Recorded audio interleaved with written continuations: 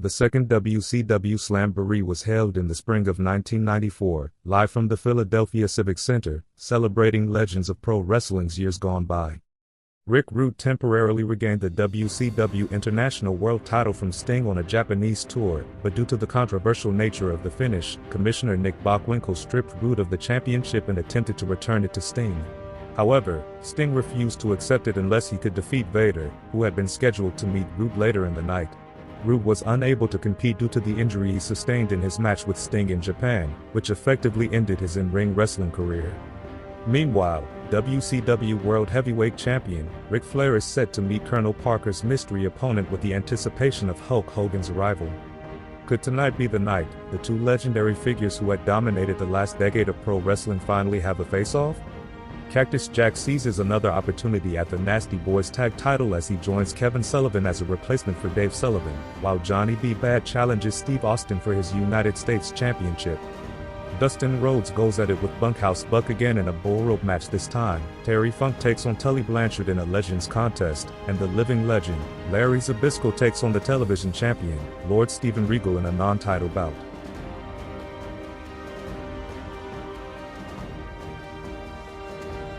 Slamboree 94 opens with a match for the United States Championship. Stunning Steve Austin puts his title on the line against Johnny B. Bad. Bad secures the initial lead through takedowns, but Austin resorts to hair-pulling in an effort to assert dominance. This tactic fails, and Johnny focuses on the arm for a bit. He also executes a few arm drags and the flying head scissors. Austin ultimately seizes control with an axe handle alongside some interference from Parker. He throws Bad in and out of the ring while wearing him down with a chinlock. Nevertheless, Johnny elevates his knees when Austin attempts a diving knee drop. Subsequently, Bad throws Austin around the ring, as Parker tries to create a distraction. Austin inadvertently collides with the Colonel, and Bad manages a roll-up for a count of 2, but the timekeeper prematurely signals the end. Bad then follows with a flying sunset flip, yet he still cannot secure the victory. Finally, he tries for a back suplex, but Austin pushes off the ropes and awkwardly counters it. He struggles with the pin, but ultimately succeeds in achieving a 3 count to retain the title.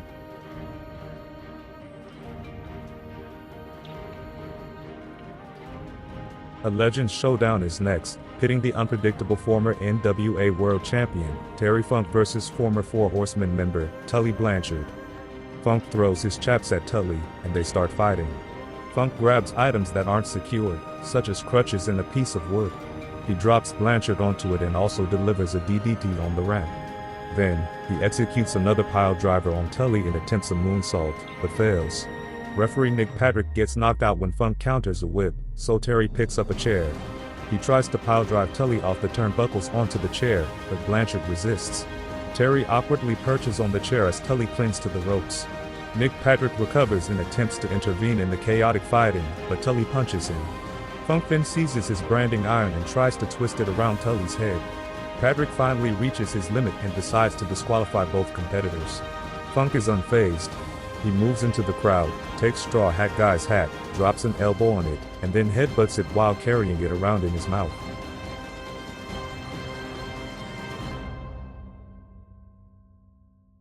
The living legend, Larry Zbyszko comes out of retirement to challenge WCW television champion, Lord Steven Regal in a non-title bout.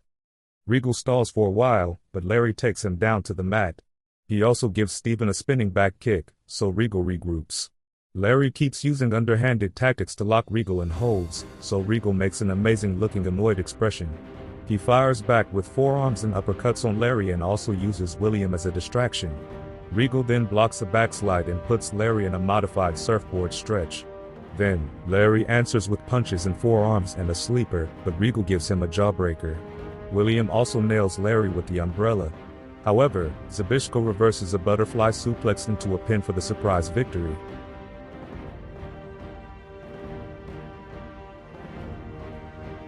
In continuation of a Slamboree tradition, Gordon Solie hosts the Hall of Fame ceremony. Solie introduces Lou Thesz, who will present plaques to each inductee. Harley Race, the Crusher, Ernie Ladd, the Assassin, Ole Anderson, and posthumously, Dick the Bruiser, whose son and daughter accept on his behalf.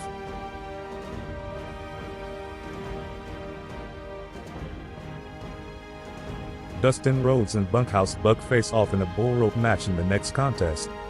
Dustin arrives and begins to swing the rope to intimidate Buck. He remains unfazed. Buck instantly assaults Dustin as he reaches the ring.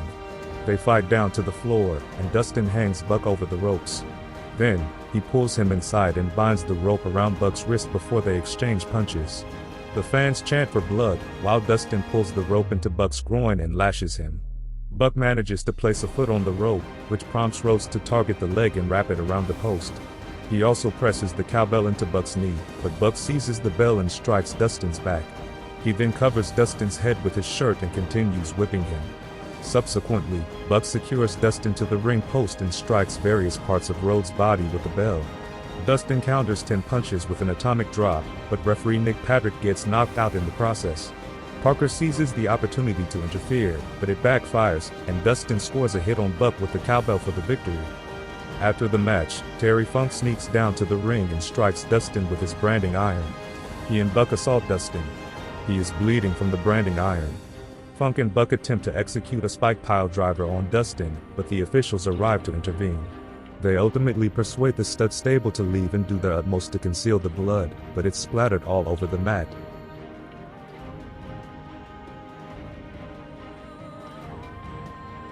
WCW World Champion Ric Flair makes his entrance awaiting his mystery challenger, and it's revealed to be a former champion, Barry Windham. Flair dominates the match initially with chops and punches until Windham surprises him with a lariat. He subsequently whips Flair into the corner for a flip, and Parker assaults him while the referee is preoccupied. Flair attempts to counterattack, but Windham seizes him on the top rope and executes a superplex. Flair ultimately gains the upper hand and traps Windham in a figure four, yet he manages to reach the ropes. Windham successfully counters a few more attempts, but Flair delivers a flying axe handle, causing both men to fall to the floor following the crossbody.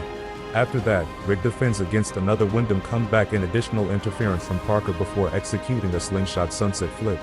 Parker seeks to assist Windham in reversing it, but the referee spots them. Then, he sends Flair into the corner for yet another flip, but this time Flair rushes to the opposite turnbuckle and executes a flying crossbody for the victory.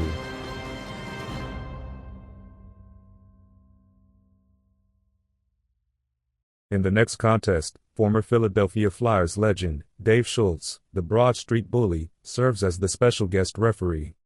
Cactus Jack, replacing an injured Dave Sullivan, joins Kevin Sullivan to challenge the Nasty Boys for the WCW Tag Team titles in a Broad Street Bully match. Cactus and Sullivan enter the ring. Kevin sports a Phillies jersey and tosses a hat into the audience. The match quickly escalates into a brawl when the Nasties show up. Everyone engages in fighting on the floor, and they start striking one another with chairs, fire extinguishers, and trash cans. The trash can contains actual trash, and a breaking sound is heard when it tips over. Sullivan delivers a double stomp to Knobs, but Jack fails to connect with a Cactus elbow and crashes onto the trash can. The Nasties strike Cactus in the head with both the can and a chair. There are numerous headshots throughout this match. Next, Sag seizes a table and Bill tosses Cactus off the ramp onto it. He also strikes Jack with a light stand, but Cactus retaliates by dropping the shattered table onto Jerry.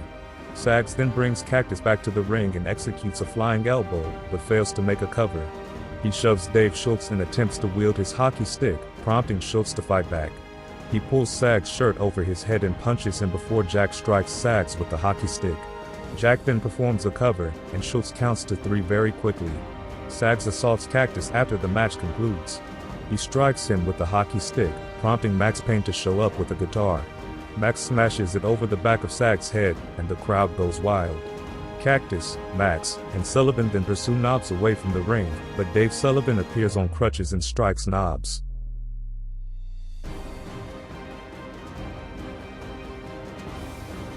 The main event of Slamboree '94, Sting vs. Vader for the WCW International World Championship. The two competitors are slow to engage, but the fight rapidly turns into a brawl. Vader strikes Sting and delivers a short-arm clothesline, but Sting retaliates with punches and kicks until Vader recovers. They then crash into each other multiple times until Vader forces Sting to the mat and towers over him.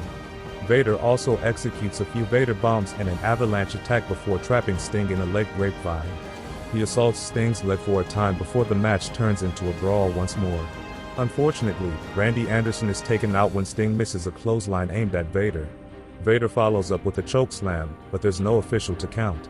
Harley seizes the moment to hit Sting with a chair but inadvertently strikes Vader instead. Sting takes advantage with a DDT, but he only achieves a 2 count. Vader responds by catching Sting during a Stinger splash and power slams him, but he also receives a 2 count. Then, Vader tries for a moonsault but misses completely.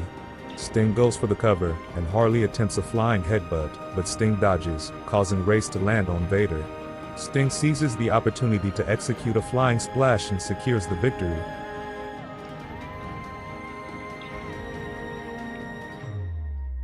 Dustin Rhodes' issues with Colonel Parker's stable would persist and Terry Funk would team up with Bunkhouse Buck to take on Rhodes with Arn Anderson at Bash at the Beach.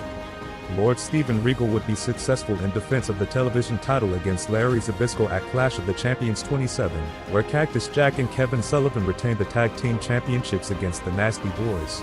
Regal later resumed his feud with Johnny B. Bad. While Steve Austin and Ricky Steamboat's budding rivalry began to catch fire, the animosity between Vader and the Boss, who would be known as the Guardian Angel going forward, resurfaced, and would fester for several months throughout the year as Steamboat and Austin put on several classics over the U.S. Championship. Longtime mainstays of WCW, Sting and Ric Flair were set to unify the World Championships at the Clash, with looming anticipation of Hulk Hogan's arrival.